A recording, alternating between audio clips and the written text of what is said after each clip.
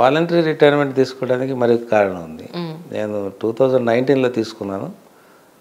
అప్పటికే Radhe constructions India private limited అని ఒక కంపెనీ ఫ్లోట్ చేశాడు మా అబ్బాయి, నా సన్ మిస్టర్ రాధే. అసలు మీ జీవితంలో నాకు ఎన్ని ప్రశ్నలు ఉన్నాయంటే, ఒక సివిల్ సర్వెంట్ బిజినెస్ వైపు రావడం అనేది 99% జరగదు సార్. అదే ఆయన వచ్చేసాడు. ఆయన he did his MTech and MBA. Okay. తర్వాత నా డాటర్ ఏమో రాజీవి అని ఉంది, ఆమె ఏమో MSc psychology, she's a child's psychology specialist. So వీళ్ళిద్దరు కలిపి ఒక కంపెనీ పెట్టారు, construction company. Okay.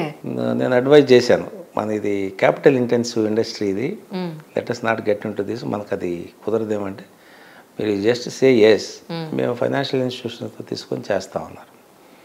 Good, they are doing. కానీ చాలా బాగా సక్సెస్ఫుల్గా చేస్తున్నారు. అవును, చేస్తుంటే ఆ టైంలో 19 టైంలో 18 ఎండ్లో స్కోప్ చాలా పెరిగిపోతుంది. So where he is required to maintain finances, accounts, chartered accounts, ఇవన్నీ రావాల్సి వచ్చింది. At that point of time Radhe మీరు ఇక్కడికి వచ్చేయండి, మాకు కూడా అసిస్టెన్స్ ఉంటుందంటే then I resign and join him. అక్కడ చేసిన అదే పని. అట్లీస్ట్ అంటే వాళ్ళ ఫ్యూచర్ కోసం మీ జాబ్ని వదులుకుని వచ్చినట్టే వచ్చాము. బట్ నేను వచ్చిన తర్వాత ఇంక it's a company vertically grown. So చాలా ఇంప్రూవ్ అయిపోయింది. కానీ ప్రజలకు మీరు సేవ చేయాలని అనుకుంటే మీ దగ్గర ఉన్న ఎంతో కొంత ఫండ్తో సిఎస్ఆర్ కిందనే మీరు చేసుకుని ఉండొచ్చు. కానీ వై అధికారం, వై రాజకీయాలు అంటే ఏం చెప్తారు? ఇది ప్రజలకు సేవ చేయడం అనేది నేను సర్వీస్లో చేరినప్పటి నుంచి చేస్తున్నాను. అవును, మీకు ఐడియా ఉంటుంది. Doctor BR Ambedkar pay back to society అనే ఒక ప్రిన్సిపల్ తీసుకొని మేము వచ్చాం కాబట్టి ఎంతమందిని చదివిద్దాం, ఇక్కడ ఎంతవరకు హెల్త్ ఇష్యూస్ సెటిల్ చేస్తూ వచ్చాం అంటే స్మాలర్ స్కేల్. తర్వాత బిజినెస్లోకి వచ్చిన తర్వాత, కంపెనీలోకి వచ్చిన తర్వాత కొంచెం మీడియం సైజ్ చేయగలిగాం. But I want to do it at a larger scale. So అప్పుడు గవర్నమెంట్ ప్లాట్ఫామ్ని ఎందుకు వాడుకోకూడదు? మన స్తోమత చాలినప్పుడు గవర్నమెంట్ ప్లాట్ఫామ్ని వాడుకుంది. గవర్నమెంట్ బోల్డ్ అండ్ స్కీమ్స్ ఇస్తుంది మార్జినలైజ్ సెక్షన్స్కి. అన్నింటిని మనం ఎందుకు వాడుకోకూడదు? ఎందుకు వీళ్ళకి చేయకూడదు? మనకున్న కొద్ది గొప్ప అవకాశాన్ని వీళ్ళకి ఉపయోగిస్తే బెటర్ అవుతుంది. నేను ఒక్కడనే ఏదో బిజినెస్ చేసి if I earn big money and go, then what is the use of that? కానీ మీకు సీట్ ఇవ్వడానికి మిత్రధర్మాన్ని పక్కన పెట్టి మీకు చాలా వెయిట్ చేసి తర్జన పడి కూటమిలో ఒక కలహాలు ఒకలాంటి మంటలు చెలరేగిన తర్వాత థర్డ్ లిస్ట్ లో మీ పేరు వచ్చింది అని చెప్పనేది అంటూ ఉన్నారు. ఇది లేదు, అది ఎలా వచ్చిందో తెలియదు. కానీ సార్ నాకు సీట్ ఇవ్వడానికి నేను బాపట్ల సీట్ అడిగానండి. అనుకున్నారు బాపట్ల సీట్ అడిగాను. ఆయన ఎప్పుడు నాకు ఇస్తానని చెప్పలేదు. నేనే ఏదో టెస్టింగ్ వాటర్స్ లాగా అసలు నేను ఎంత పెద్ద కాన్స్టిట్యుయెన్సీ అడుగుతున్నాను, whether I have any capability to organise things, లేకపోతే అసలు ప్రజల్లోకి వెళ్ళగలనా, can I go penetrate into people, అసలు నేను ఎవరిని కొత్తగా అనే విషయం చూడటం కోసం నేను have organised meeting in Bapatla. I think January Sankranti ముందు, ఒక వితౌట్ ఎనీబడీ సపోర్ట్. పార్టీలు ఎవరు వద్దని చెప్పాను.